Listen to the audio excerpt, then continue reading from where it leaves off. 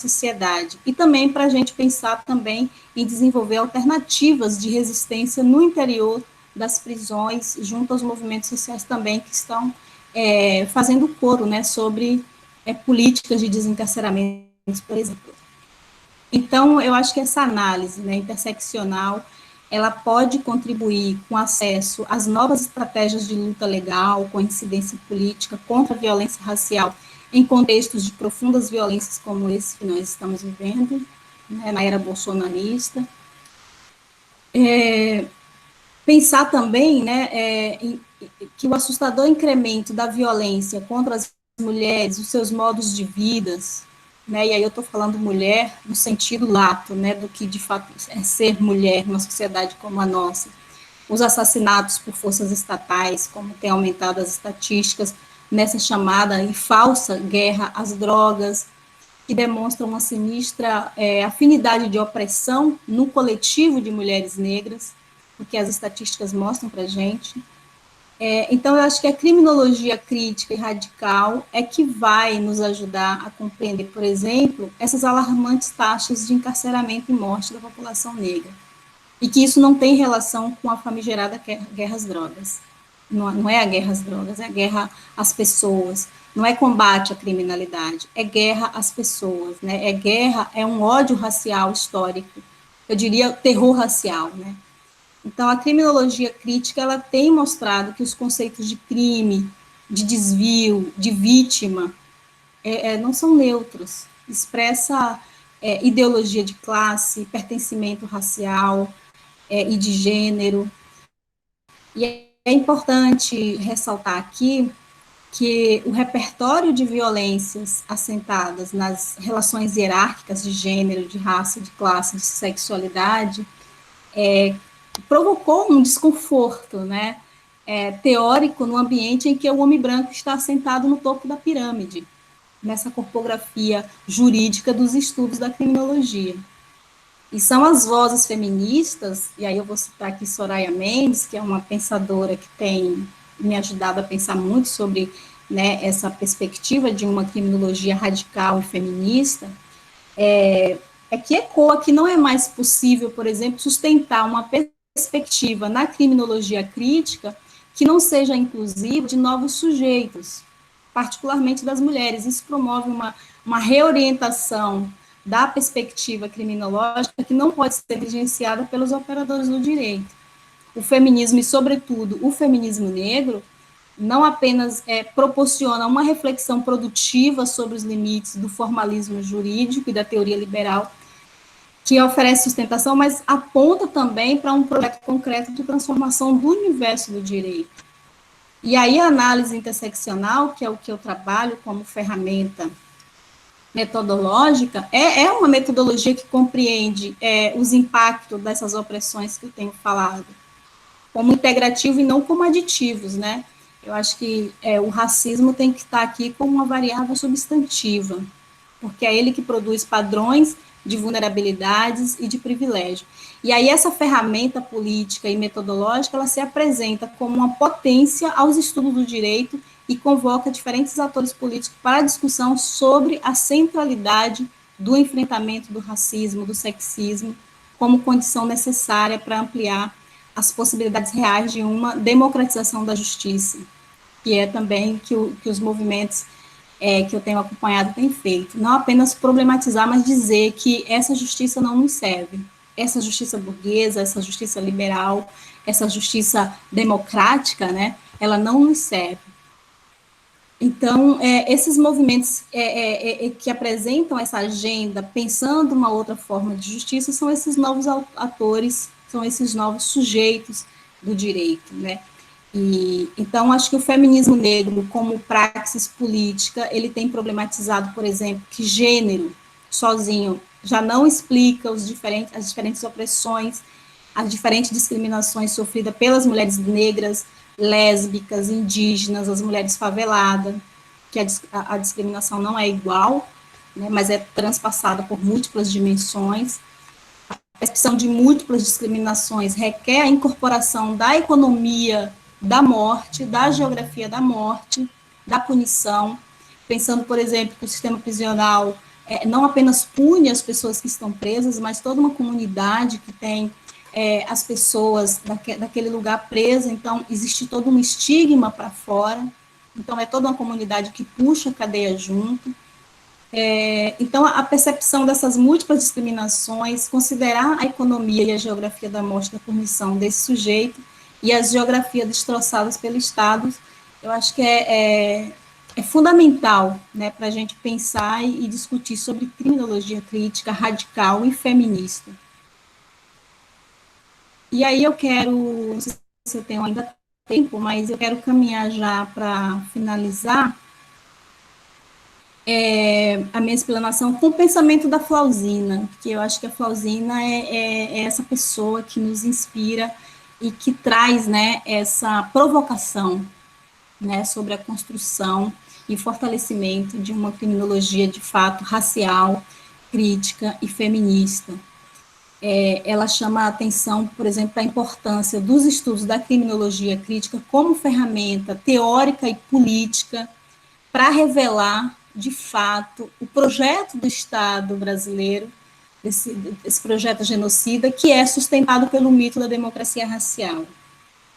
E segundo a Flauzina, eu vou até ler, né, o que ela escreve, que eu acho que é importante para finalizar e fazer essa provocação aqui para vocês, que ela fala que o emprego crítico da criminologia continua subaproveitado em análises ainda fortemente comprometidas com a sustentação do mito da democracia racial, a fim de suprimir essa debilidade, criminólogos e criminólogas críticos devem assumir o racismo como variável substantiva da constituição do Estado Penal brasileiro.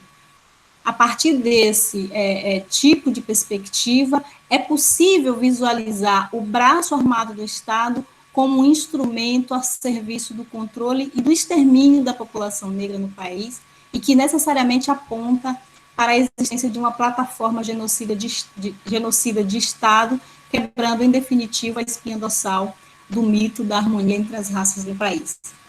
E eu finalizo com essa provocação da Flauzina, justamente porque foi reivindicando o negacionismo do racismo a partir das autoridades políticas que hoje comandam o país, que a gente percebe ainda o fortalecimento do mito da democracia racial para negar a existência de um genocídio histórico. Então, eu finalizo por aqui, agradeço, Marcos, a oportunidade, professor André Rocha, a todos vocês. Muito obrigada.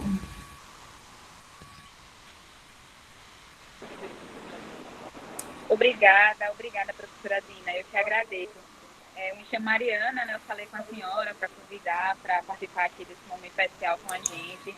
É sempre muito bom te ouvir, a gente que agradece, é sempre um prazer.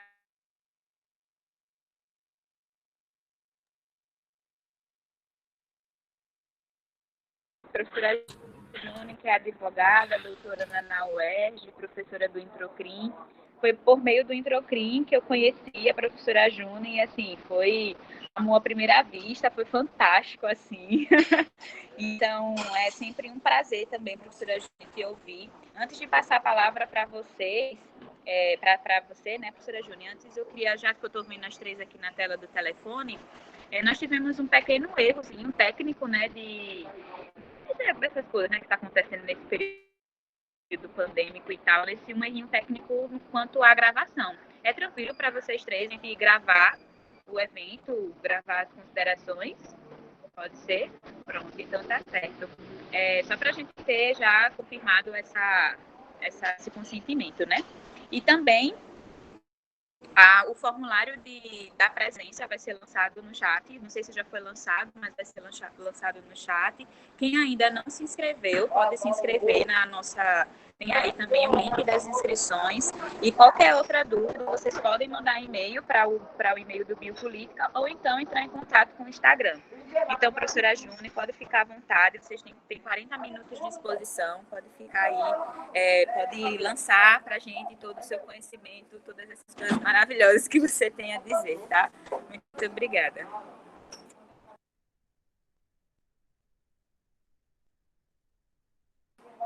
Tá sem som, prof. Não sei se é só comigo. Aqui tá sem som também. Tá sem som, pronto.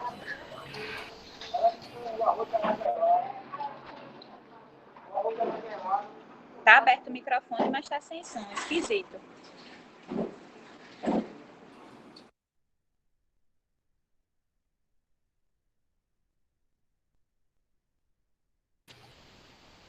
Continuamos sem ouvir. O microfone está parecendo aberto, mas a gente não está te ouvindo. Ontem aconteceu isso com o Luciano, ele saiu, voltou e resolveu. Então, de repente, sair e voltar com o microfone já aberto resolve. Não está aparecendo, pessoal. Enquanto a professora tenta ajeitar aí o microfone... Agora funciona. Agora foi. Tudo bem. Aquele tão bonito ali não funcionou, olha só. Professora, enquanto é do podcast. Só para avisar, a quem tiver aí algum tipo de questionamento, já pode ir mandando no chat, tá? Para o momento das questões ficar tudo aí muito massa, o debate bem acalorado. Já podem ficar aí mandando seus questionamentos, perguntas, comentários. Professora Júnior, por favor, fique à vontade. Gente, desculpa aí o problema do microfone. Eu uso esse microfone sempre, é o que eu gravo o podcast. Inclusive, André, obrigada pela menção. Eu fico sempre tão feliz quando eu ouço as pessoas elogiando o podcast, porque é muito um projeto, assim, um projeto de paixão, assim, sabe? O podcast, o Introcrim, são coisas que a gente faz muito colocando a alma. Então, é sempre... Enfim... Eu fico orgulhosa, assim, de saber que as pessoas gostam daquilo que a gente está produzindo. Eu também já vou me desculpar, porque eu sei que minha luz está super estourada. Assim, normalmente não é assim, mas eu resolvi usar essa camisa hoje que tem... No vídeo nem aparece, mas ela é tipo um laranja marca-texto, assim. Então, não tem como ajeitar isso melhor. Vocês vão ficar com essa luz estourada mesmo. Sinto muito. Bom... Fico muito feliz de estar aqui compartilhando essa mesa com Dina Alves, Ana Gabriela Ferreira. São mulheres de quem eu só havia ouvido falar até então. Nunca nos encontramos, né, pessoalmente / virtualmente. Então, agradeço aos organizadores do evento pela oportunidade de estar aqui dividindo essa mesa, de conhecer melhor essas mulheres. Agradeço o convite, Mariana, que foi você que me fez o convite, fez todo o contato, enfim. Agradeço, então, poder estar aqui, poder expor, vamos dizer assim, algumas reflexões minhas com relação a isso que a gente costuma chamar de tendências contemporâneas da criminologia ou de perspectivas... enfim, novas perspectivas dentro da criminologia crítica. E eu acho que o meu trabalho acadêmico, né, a minha pesquisa sempre foi com relação a gênero. Eu trabalhei com gênero a minha vida acadêmica inteira, salvo pelo doutorado, que no doutorado agora estou entrando para outra área.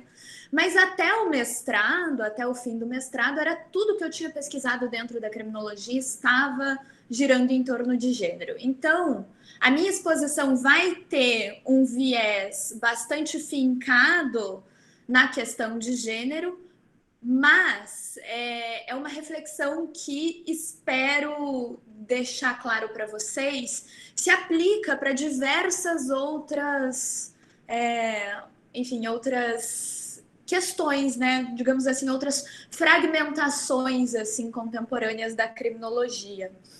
Então, quero pensar aqui com vocês um pouco sobre, digamos, as dificuldades e as vantagens da gente pensar a questão feminina dentro da criminologia crítica.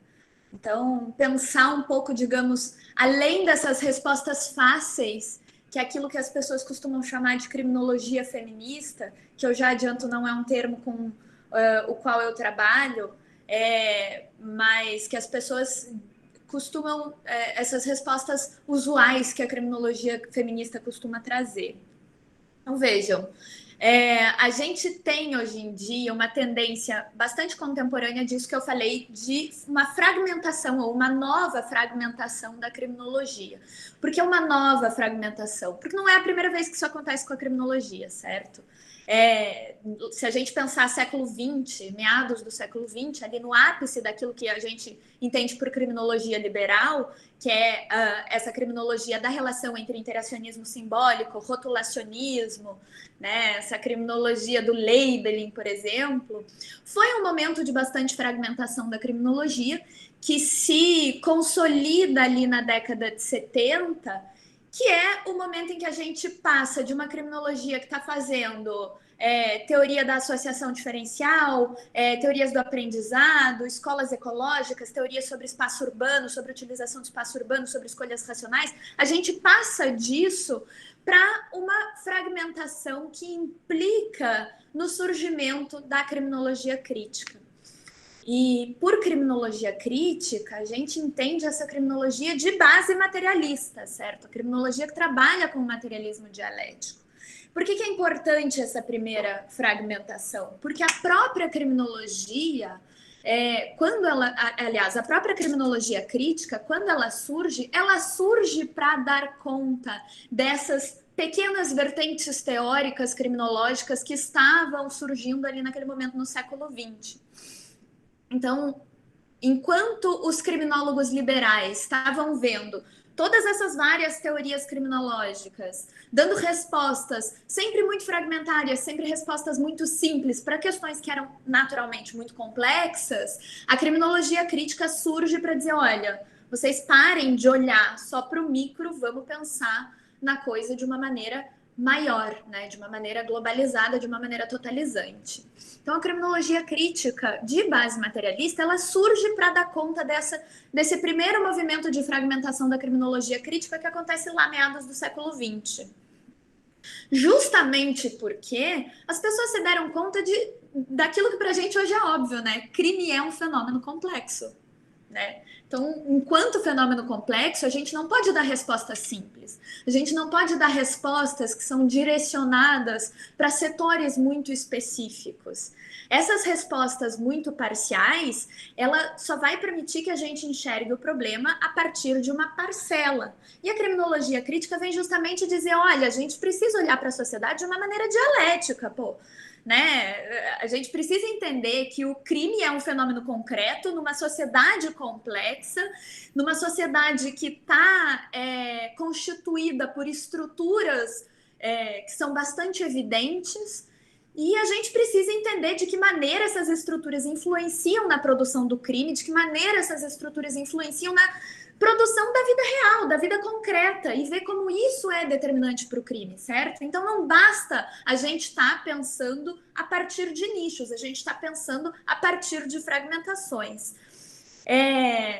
Isso não significa que a gente vai simplesmente abrir mão das criminologias liberais. Eu acho que isso é muito óbvio, né? Ou melhor, das categorias da criminologia liberal. Tanto que a própria criminologia crítica vai trabalhar com a ideia de processos de criminalização, a ideia de seletividade, enfim, são todas categorias que são emprestadas pela criminologia crítica da criminologia liberal. Mas essas categorias são subvertidas pela criminologia crítica justamente porque é um olhar totalizante, não é mais aquele olhar fragmentado, aquele olhar muito simples, aquele olhar que o Barata chama de microsociológico da criminologia.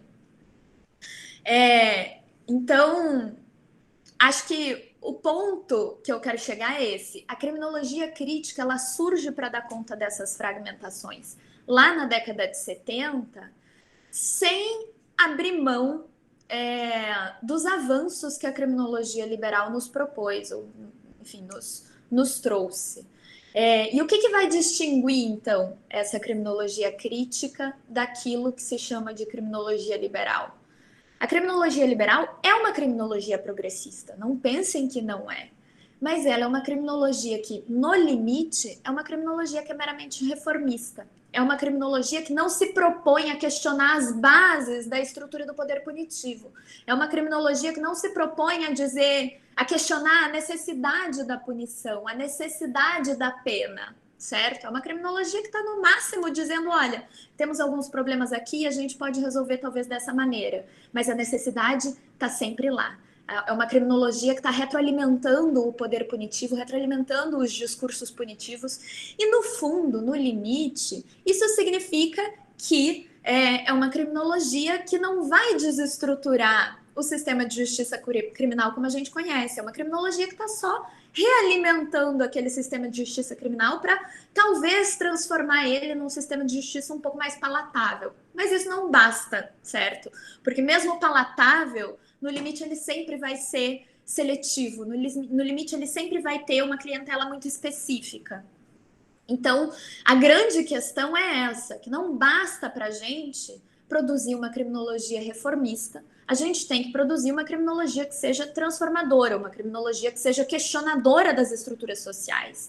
Do contrário, não vale a pena, né? A gente precisa de uma criminologia que nos ajude a romper com a lógica punitiva, mas também romper com a lógica das estruturas que incidem sobre a sociedade. Então, romper com a lógica da exploração, romper com a lógica da opressão, né? A lógica do capitalismo na forma da exploração e a lógica do racismo e do patriarcado na forma dessa combinação entre opressão e exploração. Né? Então, é a única forma que a gente tem de ser radicalmente contra essa lógica punitiva que as criminologias tradicionais, a criminologia liberal nos reserva. Por que eu estou falando disso tudo? Porque 50 anos depois que a gente enfrenta esse período de fragmentação na criminologia, a gente está passando por um período, digamos, por uma nova onda de fragmentação, que talvez seja um resquício da criminologia liberal, talvez não. Mas, de todo modo, o que a gente vê hoje é uma produção criminológica não crítica no sentido de não materialista, o que não significa que não seja uma produção criminológica progressista, certo? O que a gente está vendo é travestida de muito crítica, uma produção criminológica que muitas vezes é meramente reformista. É uma crítica que não é radical, é uma crítica que não vai à raiz do problema. Esse é o sentido, né, da radicalidade da palavra.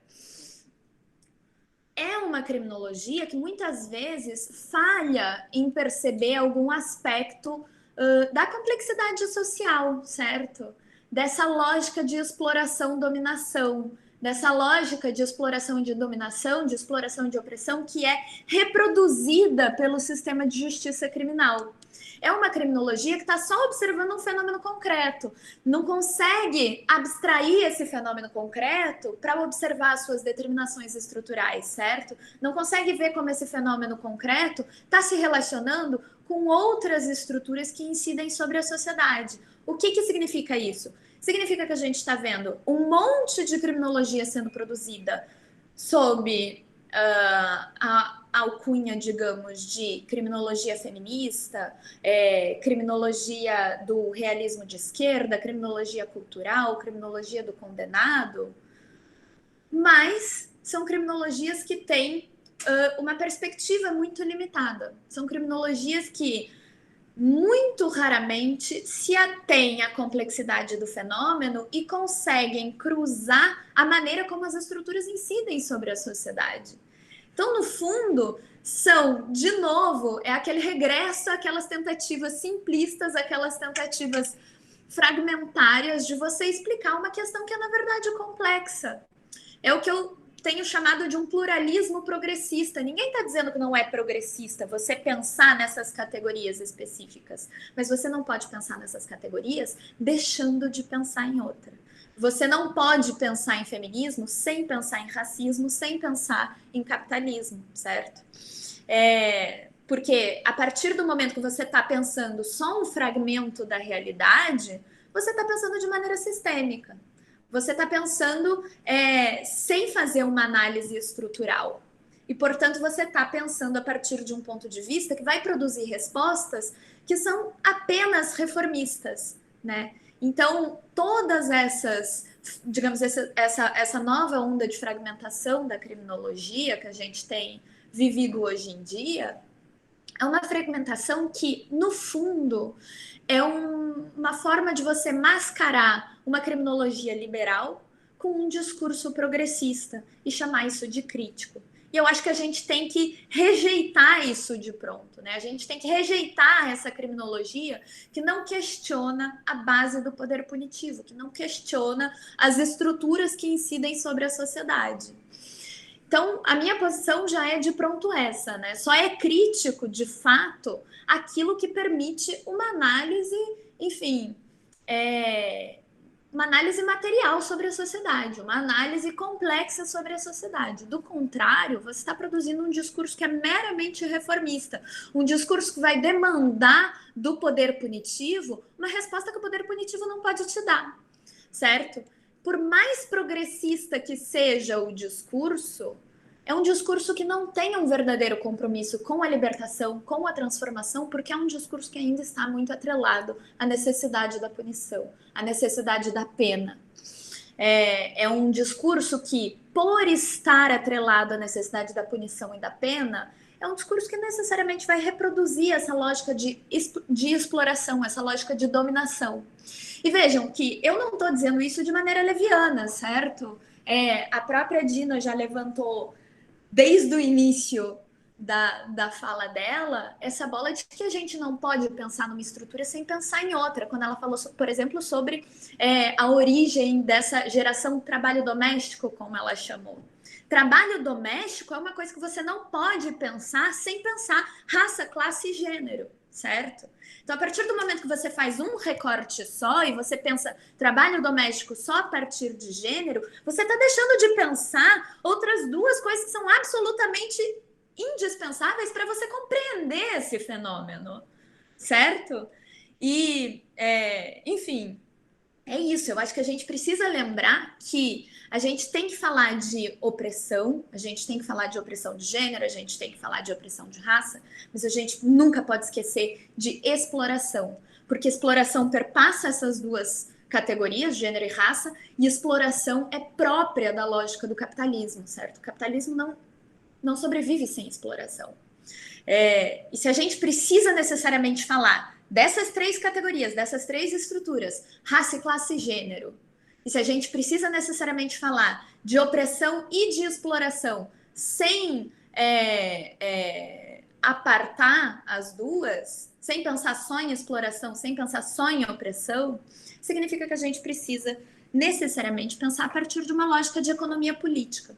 E essa é uma lógica que é fundamental para o sistema de justiça criminal, certo? A gente precisa entender que o próprio sistema de justiça criminal é alimentado por essa lógica da exploração e da opressão.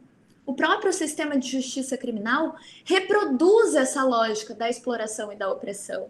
Isso é uma coisa que a gente tem que ter em mente toda vez que a gente vai trabalhar com gênero dentro da criminologia. Por quê? Se a gente lembra que a gente está trabalhando com gênero, mas a gente não pode deixar de trabalhar com capitalismo e com estrutura racial, a gente está trabalhando com uma lógica de gênero que é uma lógica predominantemente de dominação, né, de opressão, mas que a gente não pode deixar de pensar exploração, e que esses três elementos estruturantes e essas duas lógicas de operação da sociedade, de exploração e de opressão, são constitutivos do sistema de justiça criminal, significa que, para a gente pensar a criminologia a partir de uma perspectiva de gênero, de classe ou de raça, a gente precisa também questionar o próprio sistema de justiça criminal. A gente precisa questionar, fundamentalmente, o poder de punir, certo? Qual é a necessidade da punição, das respostas punitivas, se a gente sabe que as respostas punitivas estão atravessadas por estruturas de exploração e de opressão. E mais do que isso, reproduzem essa lógica. Porque o poder punitivo é constitutivo da sociedade capitalista. O poder punitivo é a base de sustentação da sociedade capitalista. É uma maneira da sociedade capitalista se reproduzir. E é triste quando a gente se dá conta disso, porque o discurso da resposta punitiva é um discurso absolutamente sedutor, certo? A gente vive numa sociedade, e vejam, a maneira mais simples da gente perceber o quanto o capitalismo precisa do sistema de justiça criminal para se reproduzir é pensar que a gente é conformado a acreditar que o direito penal soluciona conflitos. A partir do momento que a gente acha que direito penal soluciona conflitos, as nossas respostas vão ser sempre respostas que vão se voltar ao direito penal. Afinal de contas, é o limite da nossa atuação, certo? O direito penal é a última, digamos, a nossa tábua de salvação para resolver os problemas sociais. Se o direito penal não resolve os problemas sociais, o que é que vai resolver?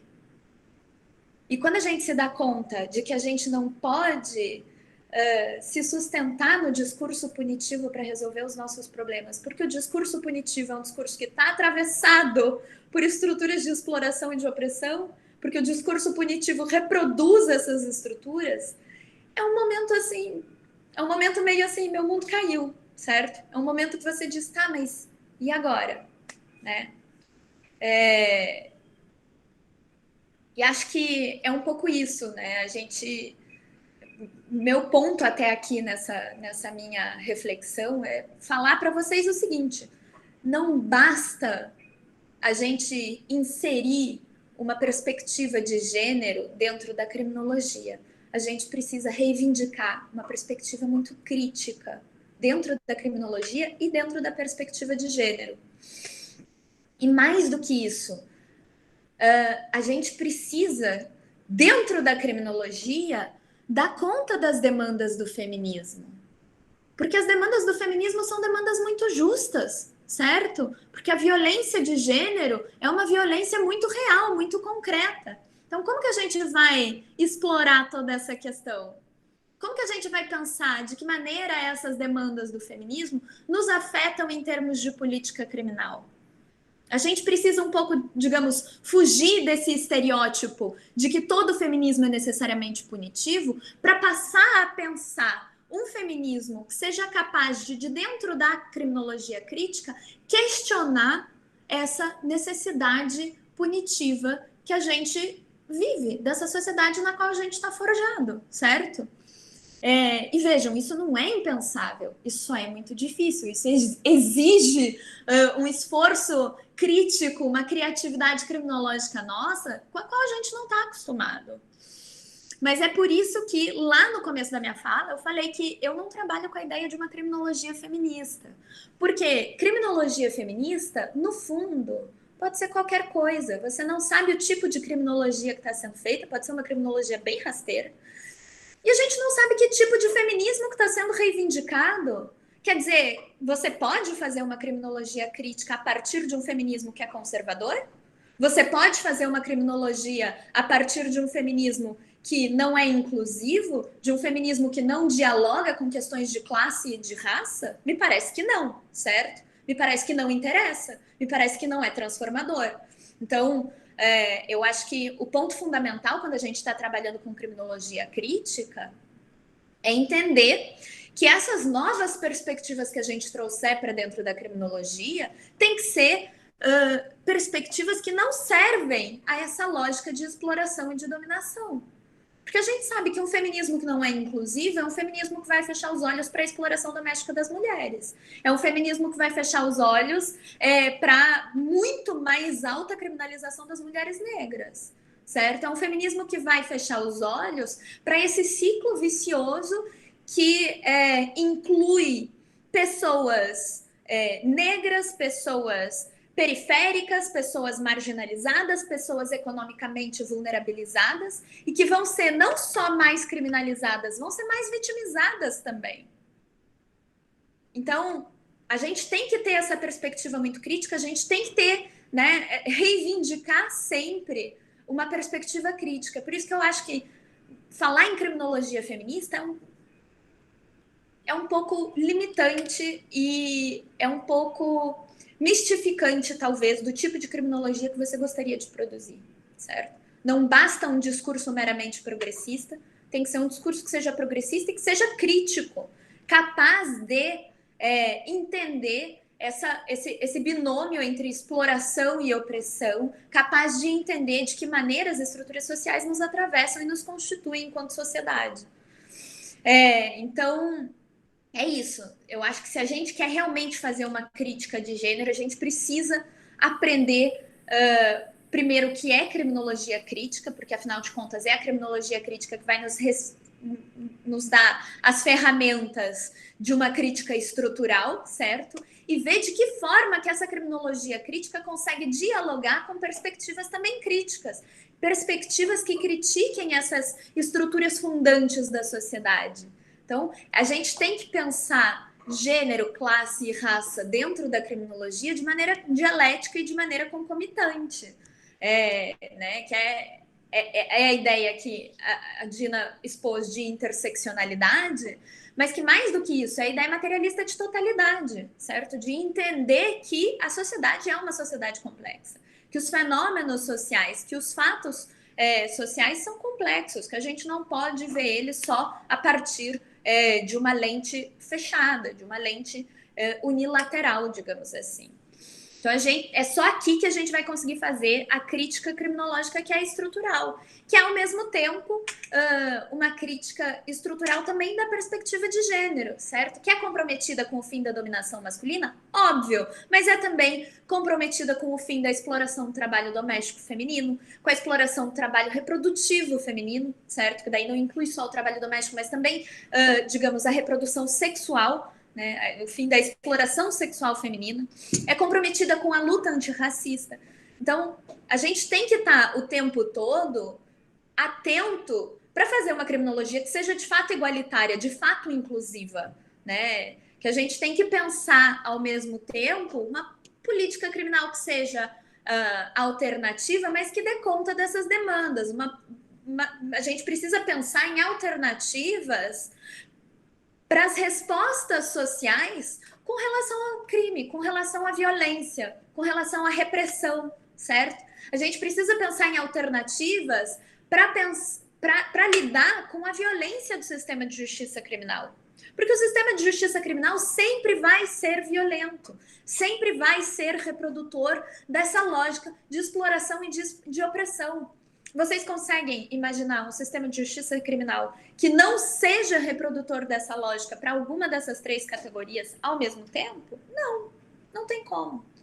O sistema vai acabar reproduzindo uma seleção criminalizante de classe, de raça, ou então uma seleção vitimizante de gênero, em qualquer lógica que ele opere. Isso não quer dizer que uma perspectiva meramente feminista não é importante. É claro que é, mas não basta, certo? Não é suficiente. A gente tem que apontar as falhas da criminologia crítica e falhas muito sérias que a criminologia crítica tem até hoje em não enxergar a estrutura de gênero na qual ela está inserida e que ela reproduz, querendo ou não, mas a gente também precisa, enfim, contestar esse feminismo que não é inclusivo, esse feminismo que não é verdadeiramente crítico, certo? Então, é fundamental que a gente reoriente o debate numa direção de uma crítica feminista. E o que é uma crítica feminista? É uma crítica materialista. É uma crítica que olha para essa sociedade e entende quais são as estruturas de exploração e de opressão que incidem sobre essa sociedade e que constituem as estruturas de opressão de gênero também, certo? Você não pode achar que gênero é uma opressão que existe por si própria. Gênero é um tipo de opressão que está dialogando constantemente com classe e com raça. Então, a gente precisa, digamos, claro, afastar esses debates muito moralizantes, muito essencialistas, que dizem que todo feminismo é necessariamente punitivo, ou esses debates conservadores que dizem que existe uma natureza feminina que é naturalmente submissa, óbvio, mas a gente precisa, mais do que isso, dar conta dessas especificidades que são muito reais, muito pertinentes para a realidade complexa da sociedade em que a gente vive, certo? A gente precisa dar conta das especificidades das mulheres encarceradas, a gente precisa dar conta do fato de que o processo penal opera de uma maneira muito mais agressiva contra as mulheres, não importa se são vítimas ou se são criminalizadas, mas a gente precisa também mostrar outras questões. Existem violências que são muito mais intensas, que são sofridas pelas mulheres, né? Violência tanto interpessoal, quanto violência social, quanto violência econômica também. Violência econômica é muito mais grave contra mulheres do que contra homens. E se você pega um feminismo que não é inclusivo, um feminismo que não consegue pensar a maneira como essas estruturas se atravessam, é um feminismo que não vai te dizer isso, que não vai te lembrar que mulheres são economicamente mais vulnerabilizadas do que os homens. Aliás, provavelmente vai te lembrar disso com relação a mulheres brancas. Mas e as demais mulheres, certo? E as mulheres negras? E as mulheres periféricas? Porque é ali que essas diferenças econômicas vão incidir de maneira mais incisiva, de maneira muito mais violenta. E essa violência é uma violência que vai ser agravada pelo sistema de justiça criminal, certo? Não só em relação às prisões, porque a gente sabe que são as mulheres economicamente vulnerabilizadas, são as mulheres negras, que vão ser as mulheres mais criminalizadas e as mulheres mais vulnerabilizadas, mas o sistema de justiça criminal também vai ser muito mais agressivo contra essas mulheres ao longo do curso da ação penal, certo? As últimas semanas serviram para a gente perceber isso de maneira dolorosamente evidente. E o grande problema é que essas tendências contemporâneas da criminologia, né, por exemplo, da própria criminologia feminista, elas acabam se tornando muito fragmentárias, se tornando muito simplistas e esquecem a complexidade, né? Pensar gênero em criminologia é muito mais do que dar só respostas prontas, certo? Não basta a gente chegar e dizer, olha, cárcere de mulheres é um problema porque as mulheres que estão encarceradas majoritariamente são mulheres pretas e pobres, porque elas estão, na sua grande parte, presas por tráfico de drogas, porque o presídio é lotado e porque elas não têm qualquer tipo de auxílio médico específico. Tá, show, beleza. Mas você não me disse nada de novo. Você não me disse nada que não seja real também para o cárcere masculino. Então, que tipo de perspectiva feminista é essa que você está aplicando? Porque cárcere masculino é exatamente a mesma coisa. São homens pretos e pobres, são homens que são encarcerados por tráfico de drogas e as condições dentro do cárcere são sempre péssimas. Então, qual que é a diferença da tua perspectiva feminista? A diferença de uma perspectiva feminista crítica é entender, primeiro, quem são essas mulheres que estão sendo encarceradas e por que elas estão sendo encarceradas. A gente sabe que boa parte das mulheres que são presas por tráfico de drogas são presas entrando em presídios portando drogas. Mais do que isso. São presas por associação ao tráfico. O que significa normalmente a associação ao tráfico para essas mulheres? As pesquisas indicam que normalmente são mulheres que não praticavam a traficância, mas que tinham um companheiro que de repente traficava, um vizinho, um parente. E elas entram por associação porque, afinal de contas, é papel delas ajudar o marido, ajudar os filhos, certo? É o papel delas enquanto mulheres numa sociedade de opressão de gênero. E essa mulher é presa por tráfico de drogas. Ou então, por exemplo, uma mulher que em um relacionamento abusivo sofre violência doméstica grave. Faz a denúncia do parceiro. Essa mulher, porque denunciou o parceiro, perdeu, por exemplo, parte da renda familiar dela, imagino. E essa parte da renda familiar dela era o que ela precisava para poder continuar trabalhando fora e sustentando os filhos dela. Mas acontece que, por causa da denúncia que ela fez contra o parceiro dela por violência doméstica, uma denúncia absolutamente justa, ela perdeu o apoio da família, por exemplo, porque a família achou absurdo que ela tivesse denunciado. Afinal de contas, por que ela não podia só abaixar a cabeça? Por que ela não podia deixar de ser essa mulher tão impositiva? O papel da mulher não é ficar dentro de casa? O papel da mulher não é servir muito bem a família, ser uma boa mãe, ser uma boa esposa? E essa mulher que perde o apoio financeiro do ex-parceiro, perde o apoio afetivo, socioafetivo da família. E essa mulher ainda tem que continuar cumprindo aquele papel socialmente atribuído de boa mãe, boa filha, boa esposa, sei lá o que seja, certo? Ela tem que continuar cumprindo aquele papel socialmente atribuído de mulher. Ela vai fazer o quê? Se ela tiver filhos para cuidar, você acha que ela não vai entrar para o tráfico de drogas? É claro que vai. Ela tem, afinal, uma obrigação de gênero para cumprir com relação aos filhos.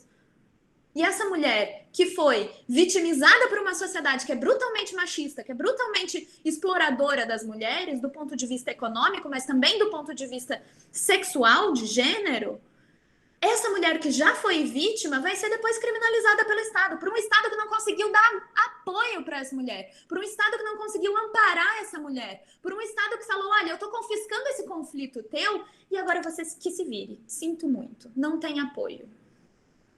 Você não tem mais dinheiro para sustentar os seus filhos? Lamento. Você não pode retirar a queixa, e retirar a queixa não significa trazer o abusador de volta para dentro de casa. Significa, de repente, só ter o apoio familiar de novo. Ela pode continuar absolutamente afastada do companheiro abusivo.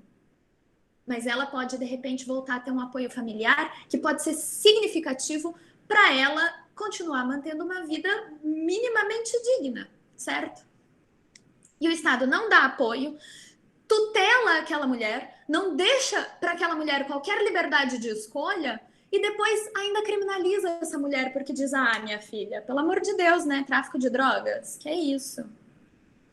Ou então o companheiro foi preso e ele liga para a esposa e diz, olha, preciso que você me traga determinada quantidade de qualquer coisa, ou que você retire daqui do presídio determinada quantidade de qualquer coisa. E ela faz, porque é a obrigação de gênero dela. E ela faz, e com isso ela é criminalizada. Que Estado é esse que está tentando tanto amparar aquela mulher que é vítima de violência, que não percebe que está perpetrando uma violência que é muito maior contra essas mulheres? Certo? Então, eu acho que você pensar criticamente todas essas estruturas que eu estou o tempo todo mencionando, gênero, raça e classe, para a gente pensar essa lógica de exploração e de opressão, a gente tem que ir muito além dessas respostas fáceis, dessas respostas óbvias de que a gente precisa pensar num direito penal feito para as mulheres. Não! A gente precisa pensar numa maneira de retirar essas mulheres de situação de violência. A gente precisa pensar numa maneira de dar apoio econômico para mulheres que estão em situação de vulnerabilidade. A gente precisa pensar numa forma em que a exploração do trabalho doméstico não seja necessária. É isso que a gente precisa fazer. Porque as respostas penais são respostas inócuas. São respostas que não resolvem problema nenhum. E são respostas que nos furtam de um debate que é muito mais importante, de um debate que é muito mais fundamental, de um debate de base, de estrutura, da gente pensar o que é essa sociedade que a gente está vivendo, da gente pensar essa lógica de exploração e de opressão. É isso que eu tinha para falar, para compartilhar com vocês. Eu queria realmente trazer uma reflexão no sentido de que, primeiro, não basta que a gente simplesmente se empolgue com esse pluralismo progressista, porque é tentador, certo? A gente pensa, nossa, mas eu tô pensando criminologia verde, eu tô pensando criminologia voltada para a população LGBT, é ótimo. Mas a gente tem que pensar isso de uma perspectiva que seja crítica, de uma perspectiva que consiga entender, enfim, não só as estruturas que incidem sobre a sociedade, as estruturas que nos constituem, inclusive, essas estruturas, como elas constituem o próprio sistema de justiça criminal, e pensar, lembrar, ter sempre em mente que o sistema de justiça criminal é, no limite, só mais uma ferramenta de reprodução dessas mesmas lógicas de exploração, de opressão, e que, no fim das contas, é uma ferramenta absolutamente irresponsável de ser utilizada, especialmente se a gente tem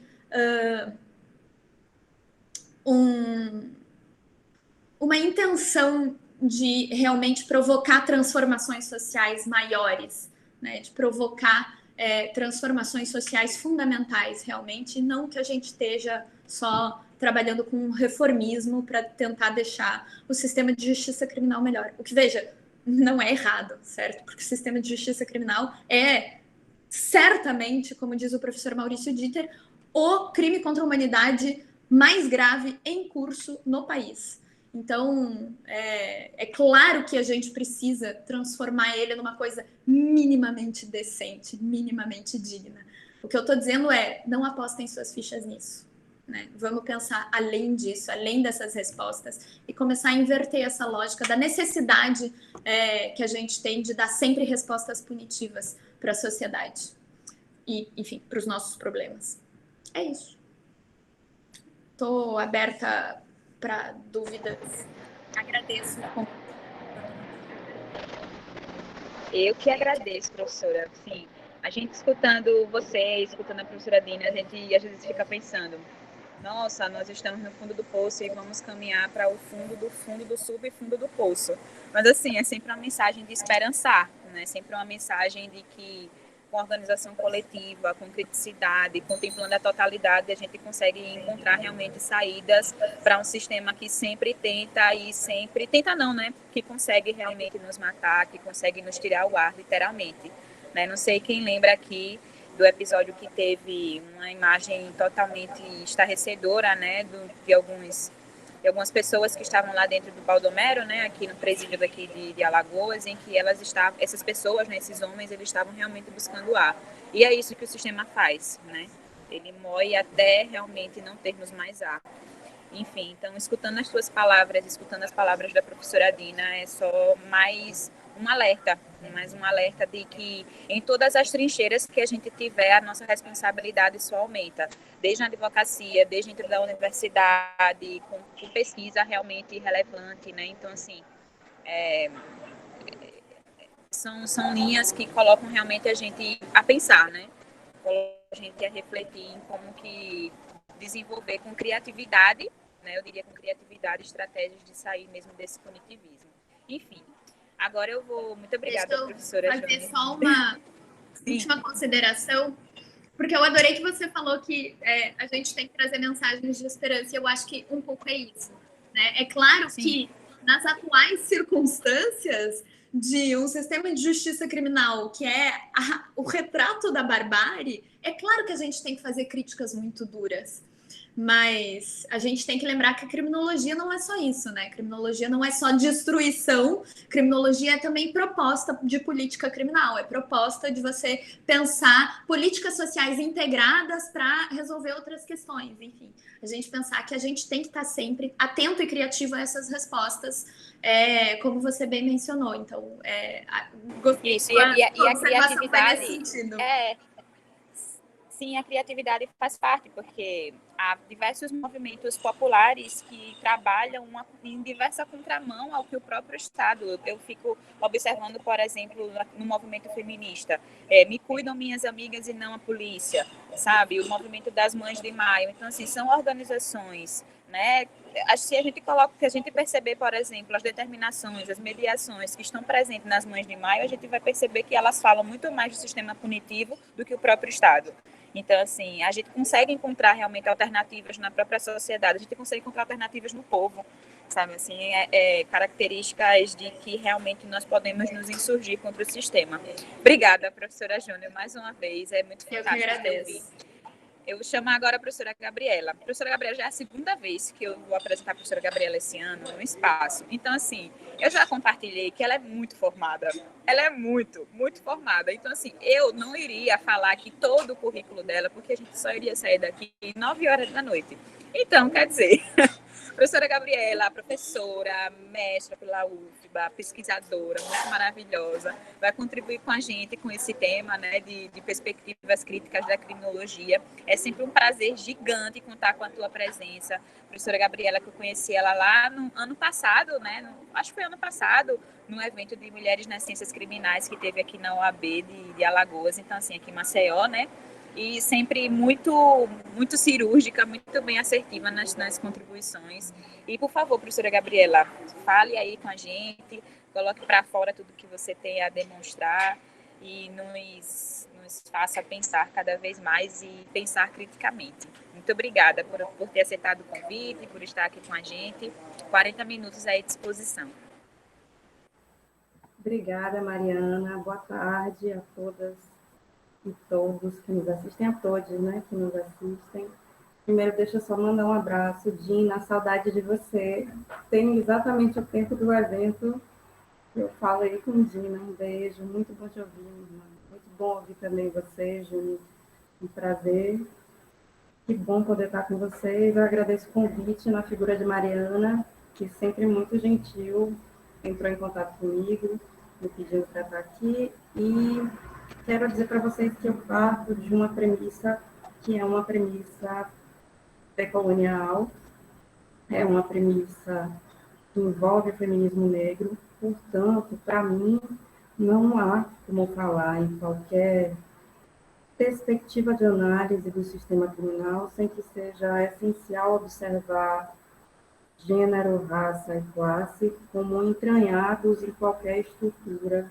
E no nosso sistema, especialmente, não é possível falar de qualquer criminologia sem falar no vínculo necropolítico do sistema criminal. O sistema criminal é uma das bases de toda a formulação necropolítica do nosso Estado, não só no Brasil, mas todo o Estado moderno é composto por isso. E no Brasil, assim como numa perspectiva de toda a Latinoamérica, nós temos um marcador racial que é elemento central desde a construção do sistema penal e que, portanto, não poderia estar de fora quando a gente fala em uma criminologia que se diz criminologia crítica de fato.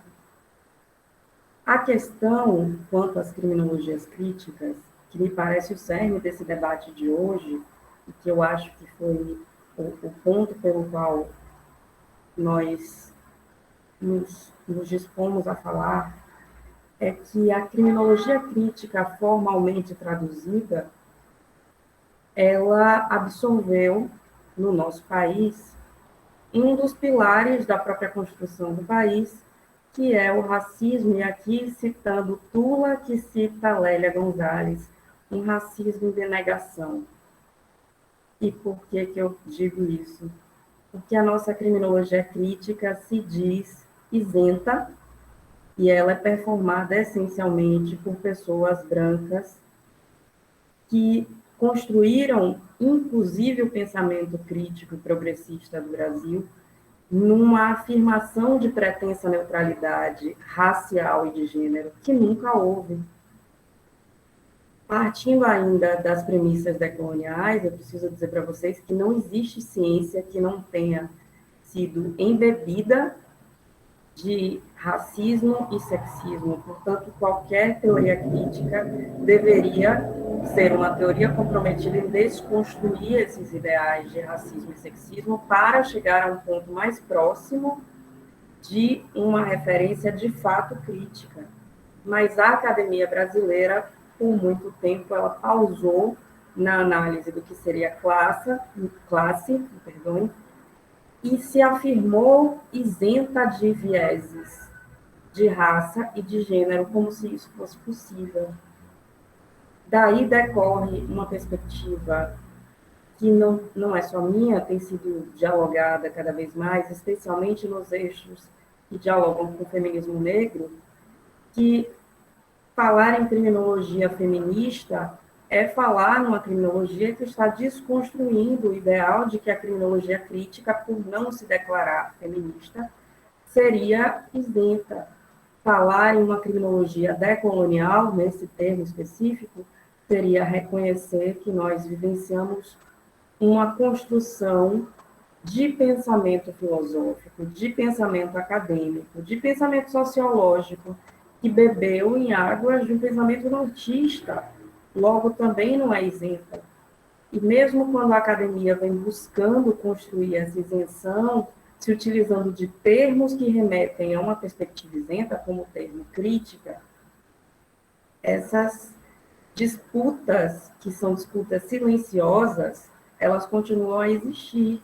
Não nomear a disputa não faz com que a disputa não exista. Existe uma disputa em tensionamento social que, quando os eixos posteriores, que se auto-intitulam eixos críticos à criminologia crítica, expõem, eles estão, na verdade, denominando, ou seja, colocando um nome naquilo, mas não estão inventando ou criando algo que deixe de ser isento e passe a ser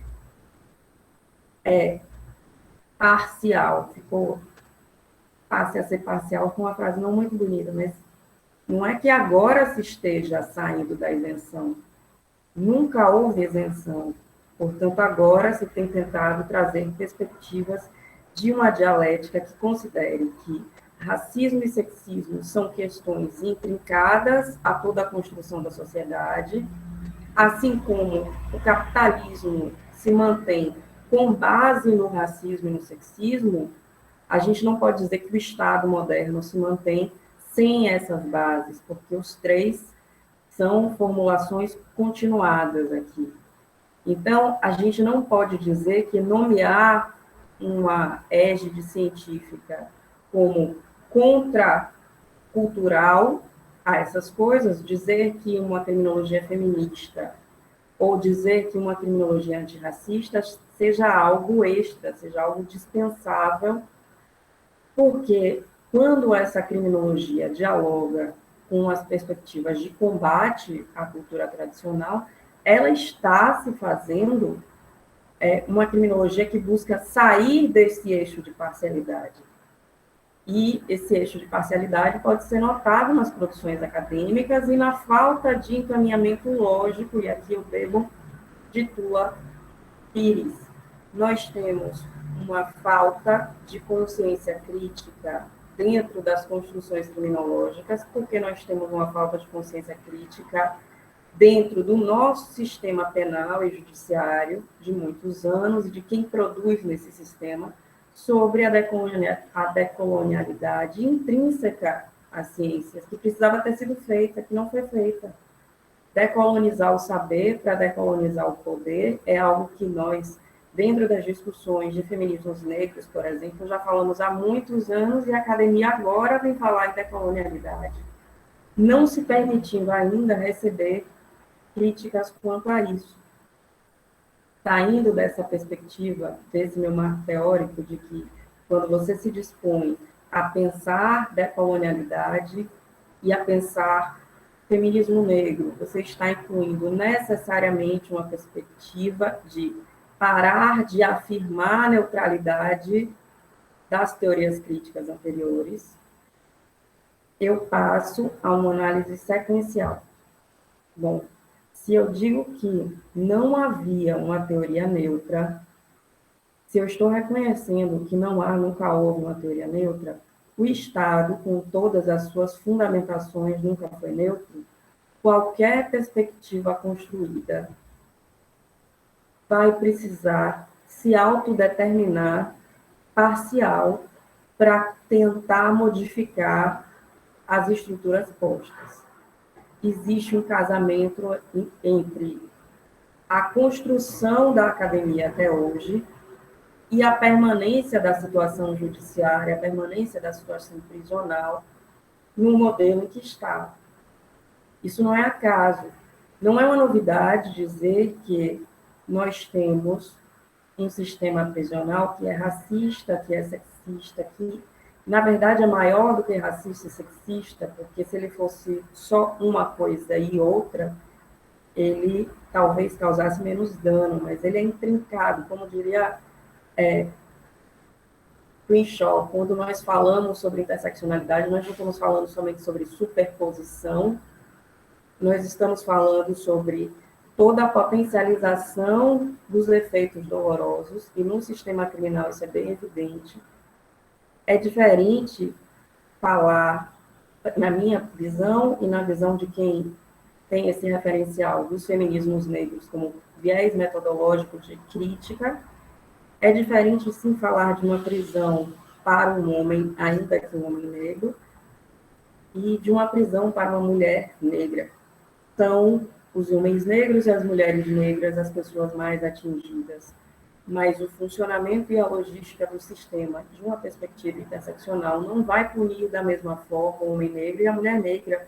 E eu consigo dar um exemplo evidente disso quando eu digo que mulheres negras têm a sua tutela de encontros íntimos e, num caso ainda mais específico, mulheres negras têm a sua tutela de afetividade no sistema prisional, enquanto homens negros, ainda que oprimidos por toda uma sistemática penal racista, conseguem manter suas relações de afeto e sexuais com frequência e aceitação do sistema.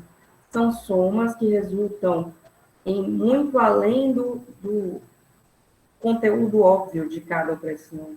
Então, analisar a decolonialidade é analisar que o sistema, todo ele, não é isento, existem pulsões mais intensas nas opressões que são trazidas pelo sistema, e a criminologia, ela nunca foi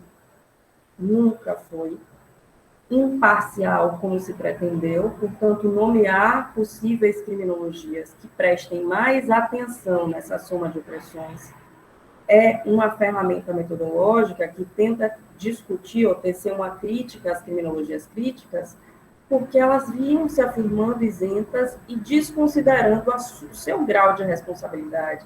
E aqui faço um comparativo prático. As pessoas que há anos constroem a criminologia crítica, que já apontavam todas essas questões de raça e de classe, viam o sujeito negro, que é o sujeito que passa pelos tribunais, que essas mesmas pessoas estão presidindo, porque são essas pessoas desse meio acadêmico que sentam às mesas enquanto juízes e juízas, promotores e promotoras, defensores e defensoras há anos. São os objetos de análise, nunca foram sujeitos. Percebam como a decolonialidade do saber é algo que afeta as construções teóricas e que tem reflexo prático. Quando você analisa que, por muitos anos, quem construiu perspectivas da criminologia crítica foi uma branquitude que é progressista, mas não deixa de ser branquitude, mas nunca se analisou como parcial. Ela segue presidindo os julgamentos dessas pessoas, que eram seus objetos de estudo, mas não eram vistos como sujeitos de saber e de estudo. E por muitos anos, essas pessoas continuam a ser aprisionadas, muito embora as teorias e perspectivas críticas desses acadêmicos falem no sentido contrário, nós temos uma quebra gigante, uma rachadura gigante entre a prescrição acadêmica e a realidade prática. Por que eu estou fazendo todo esse contexto para dialogar com vocês? Porque me parece inútil fazer uma crítica a perspectivas formais, sem que nós entendamos que qualquer perspectiva formal de construção não vai alcançar o sistema, porque o sistema foi feito para parecer neutro no máximo possível na nossa situação brasileira, não só brasileira, mas amefroladina, como diria Lega. A nossa perspectiva é uma perspectiva que pausou no conceito de análise de classe, como se estivesse dissociado das opressões de raça e gênero, e que isso foi intencional. É por isso que hoje nós temos um aprisionamento contínuo e exponencial de homens negros e mulheres negras, que são pessoas que movimentam uma contracorrente ao Estado hegemônico. Eu acredito que se nós não partirmos do pressuposto de que a academia contribuiu com isso, o pretenso método criminológico ele, na verdade, foi mais um eixo de manutenção do que nós temos. Ficou confuso agora, para mim, pelo menos. O que eu quero dizer é o seguinte: se nós não partimos do pressuposto de que já não havia neutralidade, que a academia contribuiu com esse discurso de neutralidade, de uma criminologia verdadeiramente crítica, que então não tomaria partido de vieses feministas, antirracistas, comunistas. Essa academia foi um braço do Estado necropolítico, ela ajudou a sustentar isso, ela ajudou a piorar os números do que nós vemos na realidade, porque a realidade não permite compartimentalização entre opressões. O racismo, o sexismo, o capitalismo existem juntos, eles não podem ser analisados de forma separada. E como não podem ser analisados de forma separada, a academia que fingia que eles eram separados e se beneficiou disso porque manteve como sujeitos teóricos do saber as classes que também se beneficiam do machismo, do capitalismo, do racismo em sua base de todas as possibilidades de opressão. Essa academia foi um feixezinho que empurra a roda de continuidade de um sistema prisional que repete essas opressões e que intensifica essas opressões.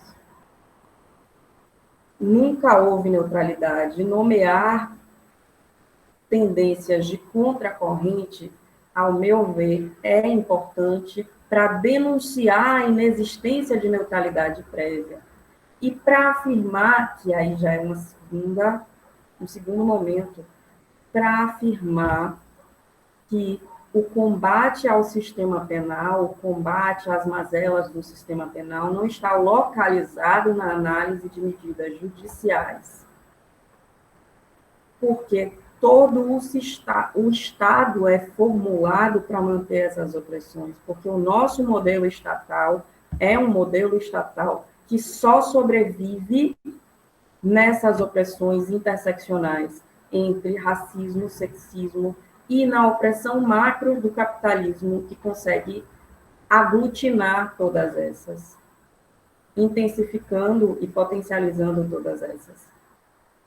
É hora, para as perspectivas decoloniais, de dialogar sobre a estrutura de opressão como um todo, e não só sobre como a estrutura, que é a estrutura do sistema penal, conforma em viés de catarse, de punição e de dor, um viés de exaltação do sistema punitivo. O sistema punitivo se baseia em microgerências de poder, que são vistas em todas as estruturas do Estado.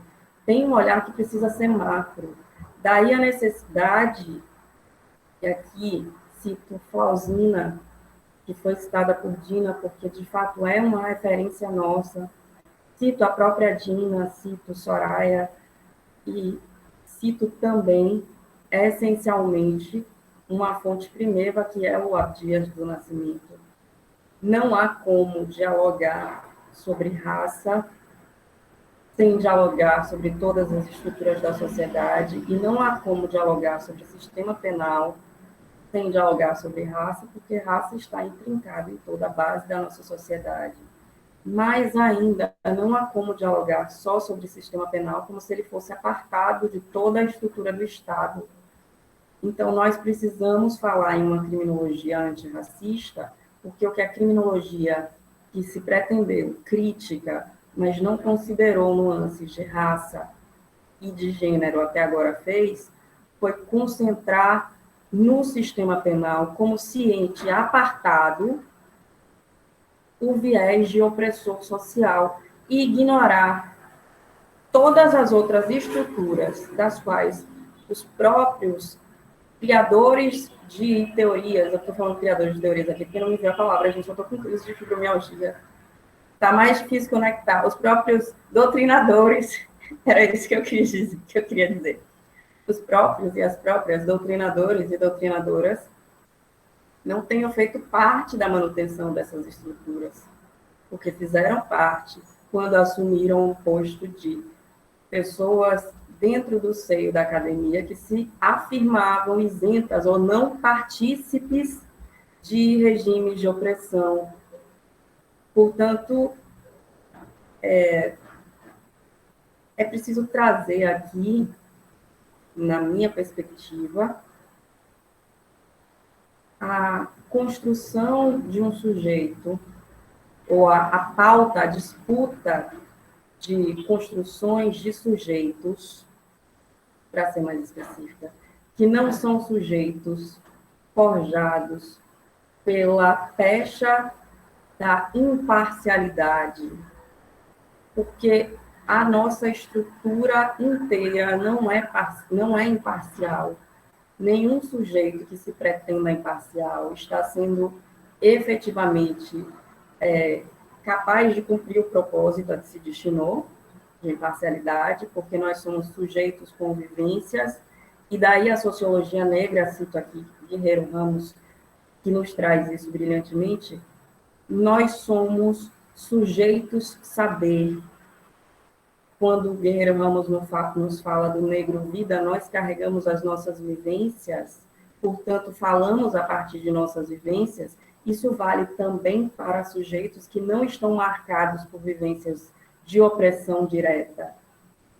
O sujeito branco também é um sujeito saber que parte de um referencial de saber. E ele precisa marcar esse referencial de saber. Não como isento, porque ele não é universal.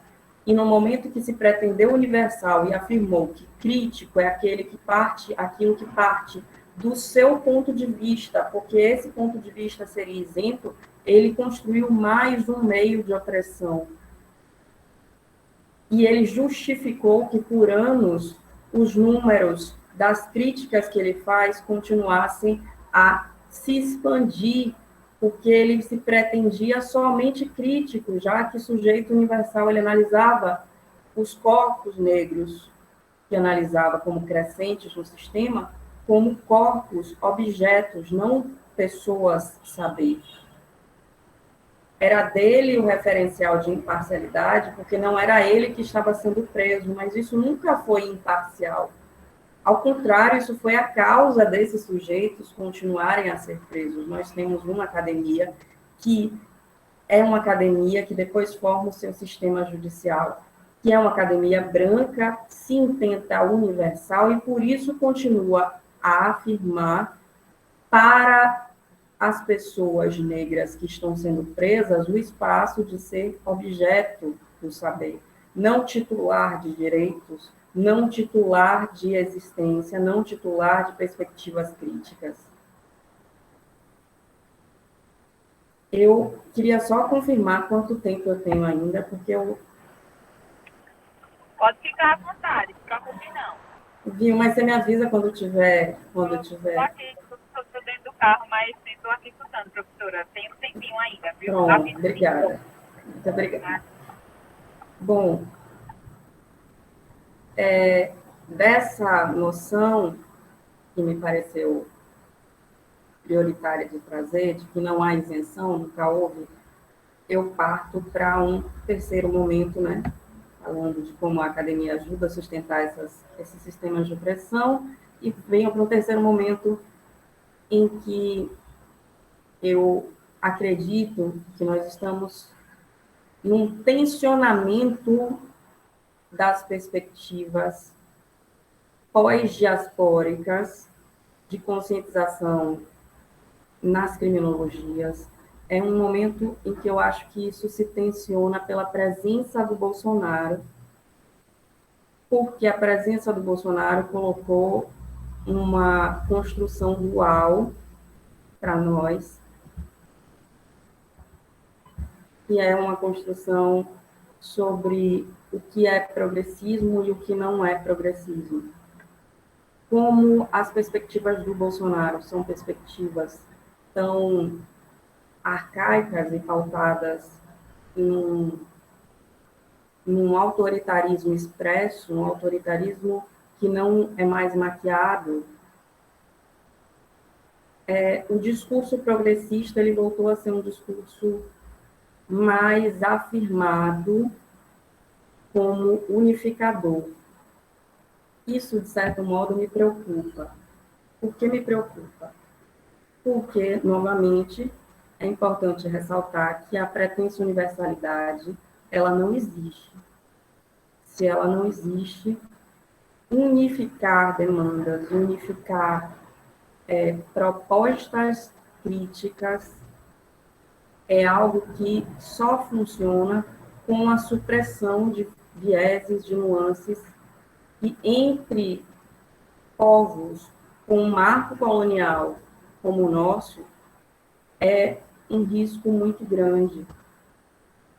Nós tivemos um discurso reiterado nos últimos 2 anos de pretensa unificação em vários contextos, seja quando se fala de unificação das esquerdas ou da esquerda, seja quando se fala em unificação de combate, que é um discurso perigoso, porque eu não posso dizer que o interesse acadêmico, o interesse social de uma esquerda que entende e que apregoa o somos todos iguais é o mesmo interesse da esquerda e da proposição acadêmica que diz nós precisamos reconhecer que somos diferentes e partir dessas diferenças.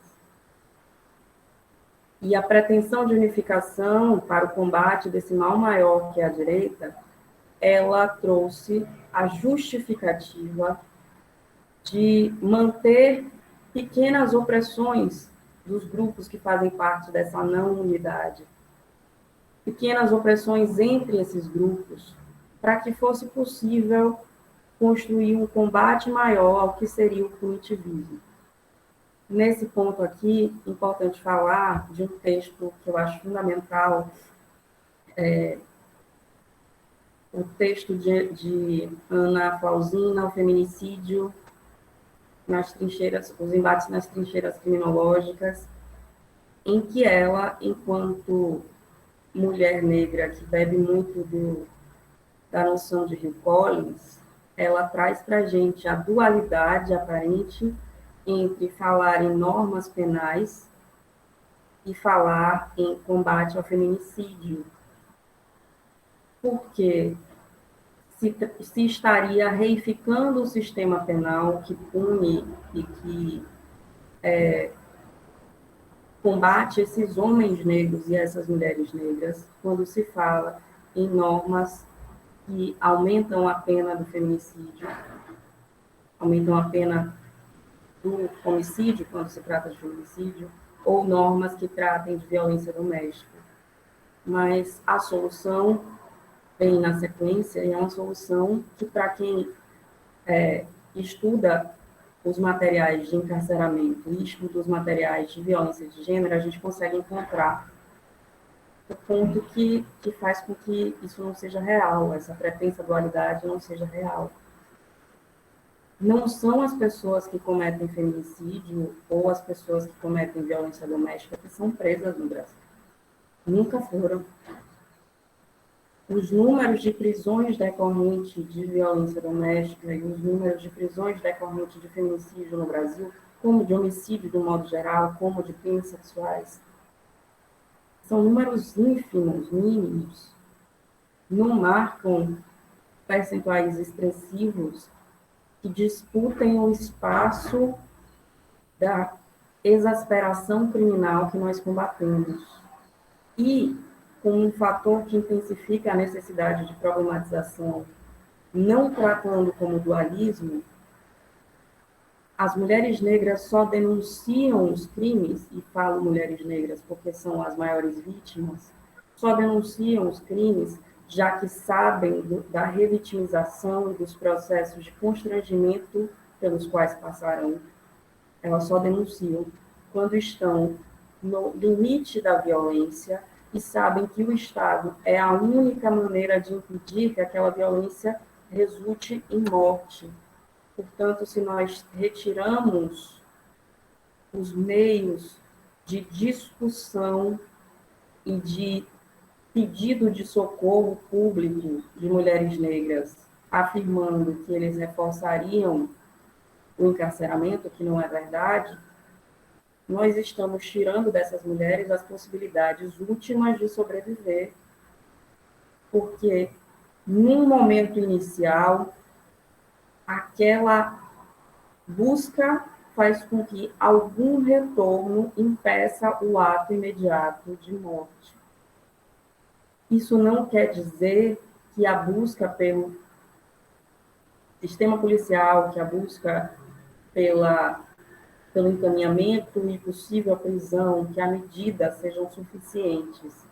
E é importante dizer que não é uma intenção da norma penal que trata de gênero ser suficiente para combate de gênero. A questão é que por tantos anos se falou da pretensa isenção das normas também, e quando se tem uma norma de gênero que enuncia a diferença do motivo, isso gera a necessidade de discussão pública, porque no nosso país, as discussões públicas sobre alguns temas vêm da quantificação de atos vinculados a esses temas. Então, nós temos uma busca de nomear por causa da necessidade de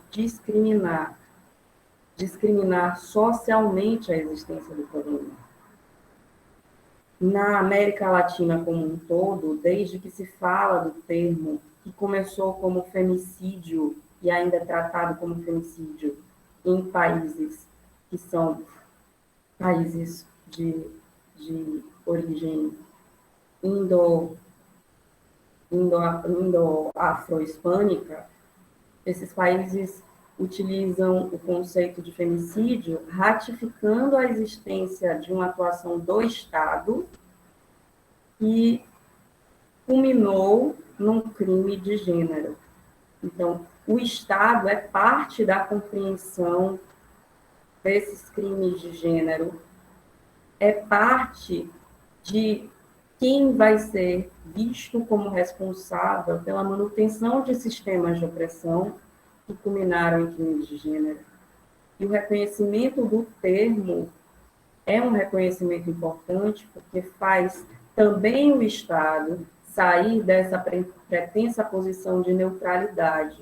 O Estado é femicida, o Estado é racista. Aqui no Brasil nós temos uma absorção muito forte dessa discussão e dessa retirada da pretensa neutralidade teórica e neutralidade enquanto figura do Estado, da academia, quando o movimento negro passa a utilizar a discriminação de Estado genocida, e aqui, de novo, Abdias do Nascimento já fala do genocídio do negro brasileiro há muitos anos, e denominar isso é sair da normatização e da normose, porque não é uma normalidade, é um estado de inércia diante de uma situação que se pretende parecer, né, normal, mas da normose em que se caminhava a afirmação de crimes contra corpos negros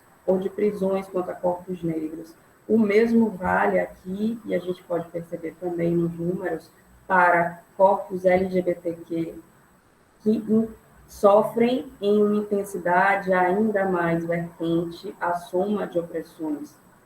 Corpos negros, corpos não binários, corpos trans, corpos que vivenciam as opressões de todos os sistemas, são corpos que inexistiam nas discussões.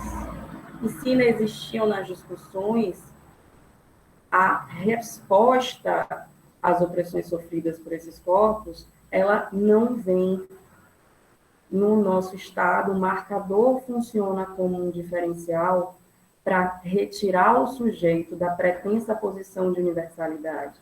É de antes isso.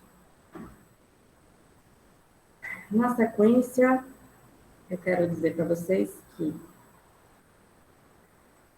o que eu mais percebo sob essa ótica é que a modificação, as modificações que nós precisamos aplicar para o aprimoramento do nosso sistema penal, para o aprimoramento do nosso judiciário, para o aprimoramento da nossa academia, elas são modificações que envolvem muito mais uma desconstrução cultural do que uma desconstrução formal. E eu estou falando isso mesmo me tornando cada vez mais abolicionista. Eu estou falando tudo isso considerando que... Eu espero a pergunta daqui a pouco. Como é que você se diz abolicionista se você está falando que mulheres precisam recorrer ao sistema? Façam aí para poder responder.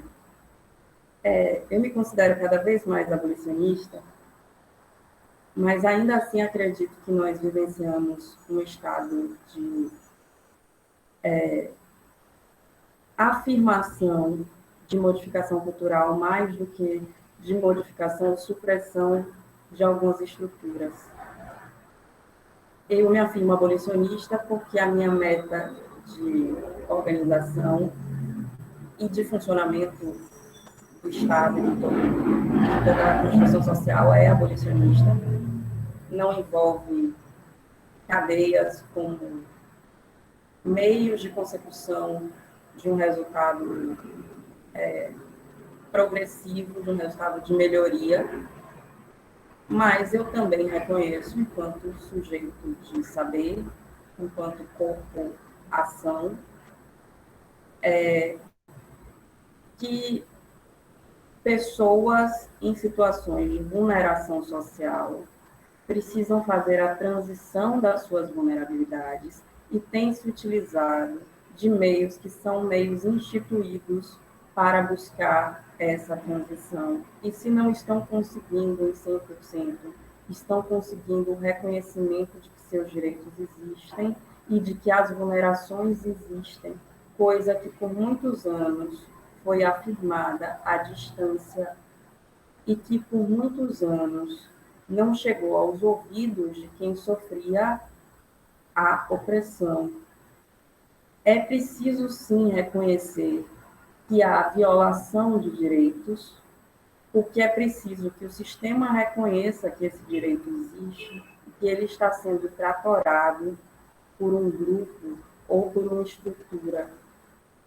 Se você não reconhece a violação de direitos, se você tira das pessoas que estão num sistema de opressão os meios de questionar a opressão abertamente, você está tirando a possibilidade dessas pessoas de denunciarem e tirando, portanto, a possibilidade de reconhecimento discursivo de que o problema existe, e o reconhecimento discursivo é algo muito válido para grupos em situação de opressão. Tão válido é que, por anos, a busca maior de movimentos negros foi poder ingressar na academia, exatamente para que agora fosse possível haver disputas de narrativa sobre o que é uma perspectiva crítica ou não, sobre as opressões estarem sendo consideradas de um ponto de partida isento ou não, sobre a manutenção das opressões ser um sintoma de um problema maior, já que as pessoas que figuram nos postos que julgam são as mesmas pessoas que figuram no posto que tece a crítica ao julgamento. Se é a mesma pessoa que está colocando gente no sistema prisional e que está afirmando, de um ponto de vista pretensamente isento, que o sistema reproduz opressões, tem algo errado na lógica desse sistema. É preciso poder vocalizar o problema, reconhecer discursivamente o problema.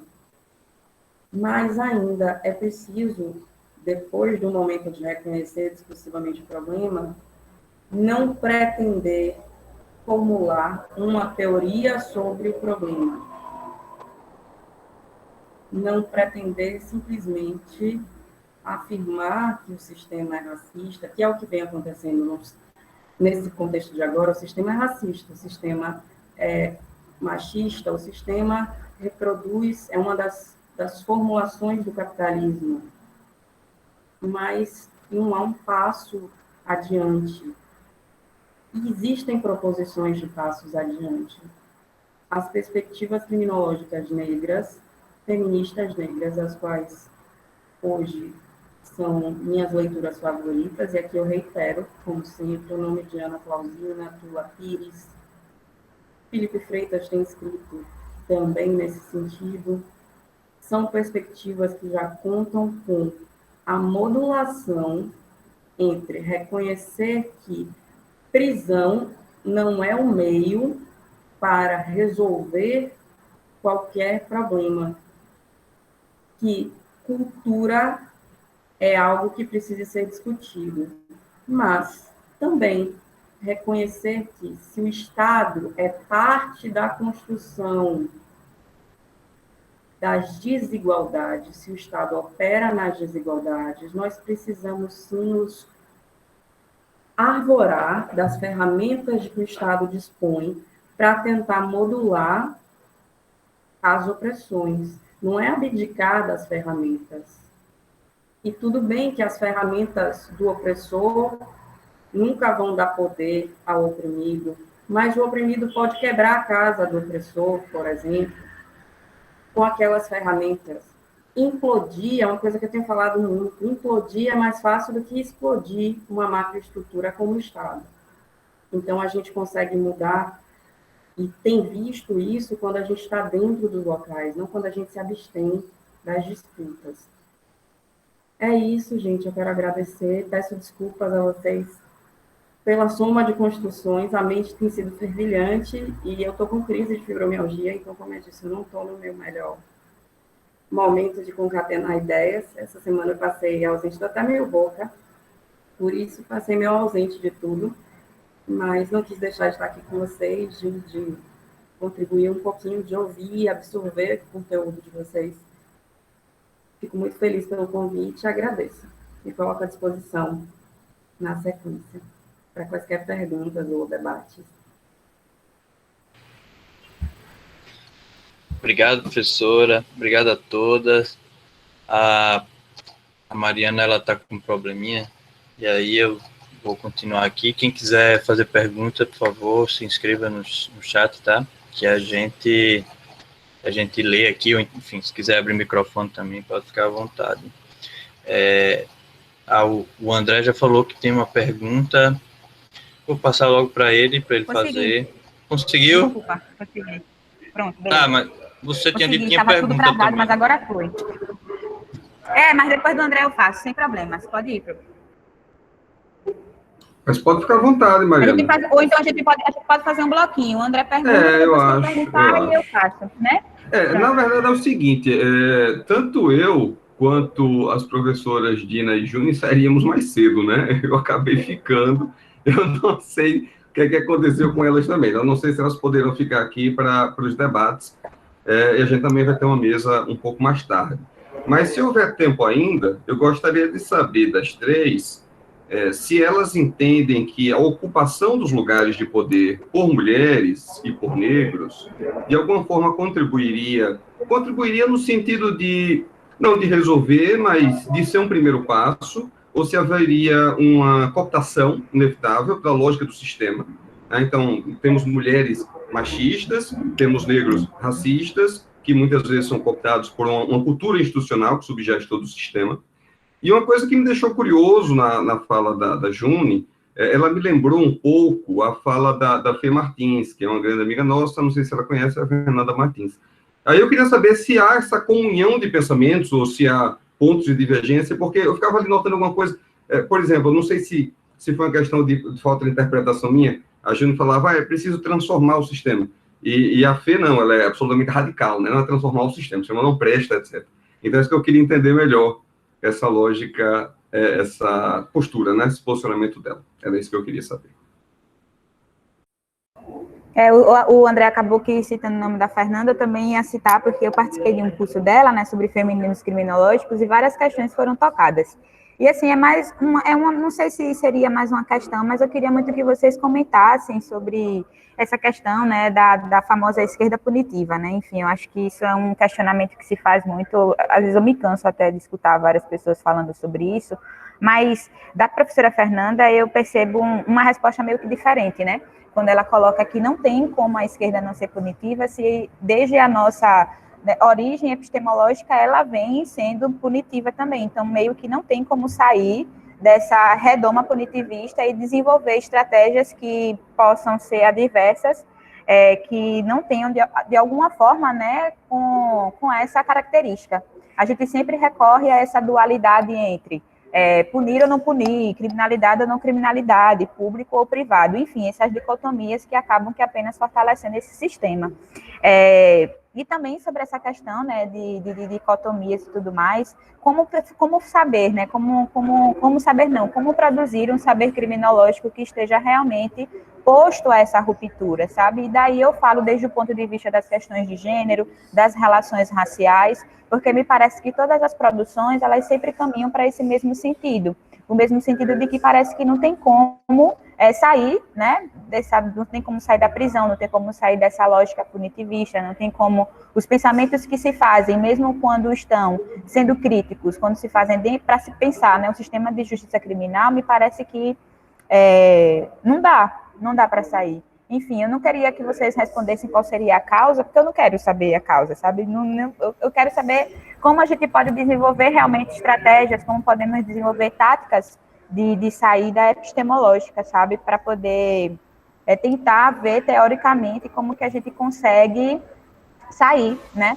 Porque, do ponto de vista prático, eu diria que, assim, a organização coletiva, a criatividade coletiva, enfim, mas me falta ainda saber esse ponto, sabe, popular, porque não adianta a gente estar aqui dentro da universidade e não conseguir, pelo menos, levar essas estratégias produzidas para quem realmente precisa, digamos assim, porque nós também precisamos, porque também nós estamos nesse lugar de opressão, digamos assim, né, mas, enfim, é só mais um questionamento mesmo sobre essas falsas dicotomias, sobre essa esquerda punitiva que me parece que é uma justificativa que vai apenas para as mulheres, sabe, enquanto, né, produção, então, saber, as mulheres feministas estão lá reivindicando e acabam que, não, querem prisão do agressor, digamos assim. E, olha aí, esquerda punitiva, mas me parece que para o resto das outras produções não é tão punitiva assim, sabe, não é uma esquerda tão punitiva. Eu queria que vocês comentassem um pouco sobre isso. Deixa eu responder. Eu queria pedir para eu começar. Pode. Eu tenho horário que eu tenho um prazo para terminar hoje, mas eu juro que eu vou ser muito rápida. Ô, Juni, me perdoe, mas eu também tenho reunião daqui a pouquinho. Vamos dividir aí. Pode ir. Vou falar rapidinho, então, tentando responder as questões e já... André, só para dizer que eu concordo com o Fer quanto a todo o sistema deve acabar, mas eu acho que a gente tem que implodir o sistema porque ele acaba mais fácil se a gente estiver lá dentro. O que acontece? Quantas perguntas de Mário sobre a esquerda punitiva, sobre a perspectiva do que seria, do não haver alternativa. Eu acho que há alternativas. Primeiro, eu não acho que a esquerda punitiva seja algo que não existe, porque existe uma parte da esquerda que é punitiva, que se mantém, por exemplo, à base de encarceramento, e nós não podemos esquecer que o encarceramento no país, ele aumentou e explodiu durante o governo da esquerda, e tem um discurso da esquerda que se alinha a essa pretensão de militarização e de sobreposição de direitos. Mas eu acho que essa lógica de esquerda punitiva, que foi um termo alcunhado num texto tentando falar sobre a perspectiva feminista, envolve uma pouca compreensão do que seria o feminismo criminológico, o que seria o feminismo no estudo de direito penal. E é uma coisa que eu brinco, que quando as pessoas querem trabalhar direito penal econômico, elas fazem uma especialização em direito penal econômico. Elas não estudam economia e estudam direito e se dizem especialistas em penal econômico. E o mesmo acontece quanto a gênero. Eu questiono, né? A pessoa não analisou uma perspectiva de direito criminológico sob o viés de gênero, mas ela leu algo sobre gênero e leu algo sobre direito penal e acha que aquilo ali que a mistura é o resultado, e não é. A perspectiva de gênero não se pretendeu punitivista, inclusive os projetos de lei que envolviam diálogos e discursos criminológicos feministas eram projetos de lei que não tinham a punição como a maior perspectiva. O projeto de lei da Maria da Penha não tinha punição como maior perspectiva, isso foi alterado pela Câmara.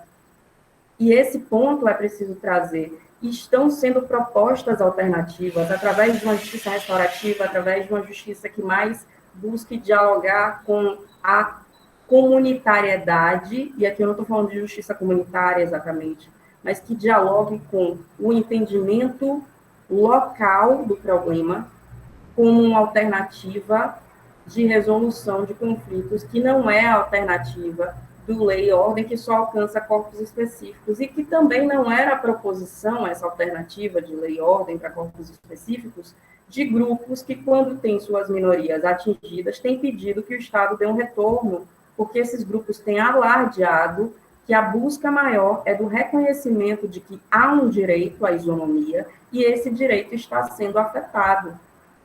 Portanto, se está querendo que o Estado reconheça que ele faz parte da afetação desses direitos quando se diz neutro. Ele não é neutro. E essas construções que vêm sendo feitas também têm permitido o debate sobre quais são os caminhos para teorias que contribuam para desconstruir o Estado no formato de opressão que ele ocupa no sistema criminal, mas proteger pessoas que têm seus direitos e garantias vilipendiados. E a gente passa muito pela perspectiva de ouvir e dialogar comunitariamente e pela perspectiva de reconhecer sujeitos de direito como sujeitos capazes de produzir saberes, inclusive teóricos. Que a gente não tem o reconhecimento de figuras negras como sujeitas de direito e também não tem o reconhecimento como pessoas capazes de produzir saber teórico, portanto, a gente não tem uma adequação do sistema às proposições dessas pessoas. A gente precisa modificar uma cultura. E para modificar essa cultura, vocalizar que isso está acontecendo é muito importante. Daí, para mim, a importância de espaços como este, em que nós podemos dialogar, discordar e intervencionar. É isso, gente, eu agradeço. Eu vou tentar ouvir vocês, mas eu tenho que sair também por conta da reunião. Eu agradeço muito pelo convite novamente. Espero ter podido contribuir um pouquinho, apesar da minha confusão no dia de hoje. Mas espero que tenha dado para compreender e para fluir. Agradeço muito e agradeço às queridas Juni e Dina. Um abraço para vocês, muito bom estar aqui com vocês. Dina, saudade. Um beijo. Eu vou responder muito rapidamente. André, com relação à comparação com a Fê Martins, sim, eu conheço ela, conheço o trabalho dela. A gente tem alguns pontos de divergência, mas eu acho que, no fundo, nessa questão, a gente está absolutamente em concordância, que é o fato de que a gente não pode esperar transformar um sistema que não pode ser transformado, certo? É um sistema, aliás, a Dina fala muito, a Ana Gabriela fala muito em transformar a cultura. Eu acho que, na minha perspectiva, transformar a cultura também não é suficiente, porque a utilização de uma ferramenta que está necessariamente inserida em uma sociedade que é determinada, que é constituída por estruturas patriarcais, estruturas racistas, estruturas opressoras exploradoras em relação à classe, é um sistema que necessariamente vai falhar, é um sistema que necessariamente não vai poder funcionar de uma maneira transformadora, certo? Não significa que a gente não pode utilizar, digamos, de paliativos para deixar esse sistema menos indigno, mas a minha perspectiva é de que a gente deve perder a esperança de ter uma resposta a partir do sistema de justiça criminal, ponto. E a transformação é a transformação social para que a gente possa prescindir de uma lógica de punição nos termos como a gente tem hoje. Se a gente vai prescindir da punição em si, não sei. Não sei se é possível. Essa é uma questão com a qual eu ainda não fiz as pazes, mas acho que a gente precisa sim prescindir da lógica do encarceramento, da lógica da punição estruturada como é pelo Estado, da forma jurídica como ela é estruturada. A outra questão sobre esquerda punitiva, eu nem vou me alongar, eu vou só referenciar 2 episódios do podcast, que é o primeiro com a Maria Lúcia Caram, que é a pessoa que cunha o termo. Ela própria tem algumas atualizações com relação a isso, que ela menciona no próprio episódio, mas parece que ela está elaborando uma nova versão do texto, justamente para dar conta de algumas das críticas, não todas, eu sei, mas de algumas das críticas que foram feitas. E o outro episódio é um episódio mais recente que eu fiz junto com a Sabrina Lasevich sobre o caso da Mariana Ferrer, que a gente dialoga um pouco sobre essa questão, sem tocar muito na ideia de esquerda punitiva, mas nessa ideia de que a gente precisa superar essa necessidade de punição a partir da esquerda. Mas, de um modo geral, eu acho que existe sim uma lógica punitiva muito entranhada na esquerda, não só uma lógica punitiva que se reproduz no sentido da criminalização da política, no sentido da necessidade de uma segurança pública forte, na necessidade da militarização da polícia, de todas essas coisas. Eu acho que a lógica punitiva da esquerda é uma lógica que é muito mais complexa do que essa.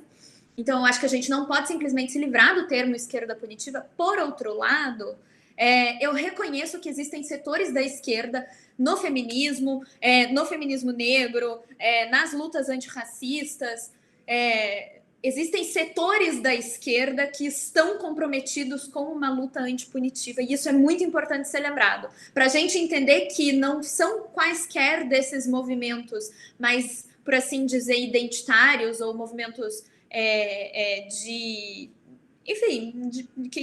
representação social na esquerda, que não é qualquer um desses movimentos que é necessariamente punitivo. Eu acho que a gente precisa reconhecer essa distinção.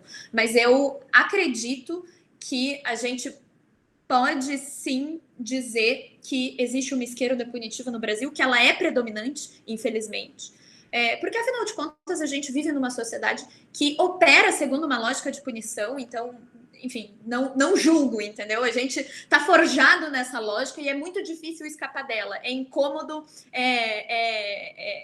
enfim, é dolorido descobrir que o direito penal não dá respostas. Então, não julgo, digamos, as reivindicações punitivas de movimentos sociais, mas eu acho que o ponto é justamente esse, a gente abrir esse debate para que as pessoas consigam repensar essas questões, esses fundamentos. É isso.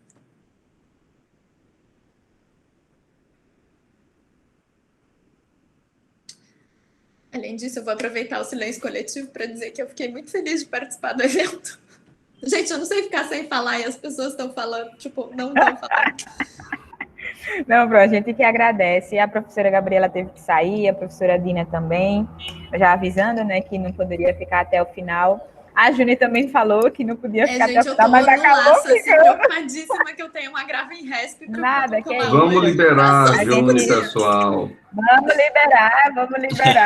Só agradecer mesmo a você, né, por ter participado desse evento, ter contribuído de um jeito tão grande assim. E é isso, gente.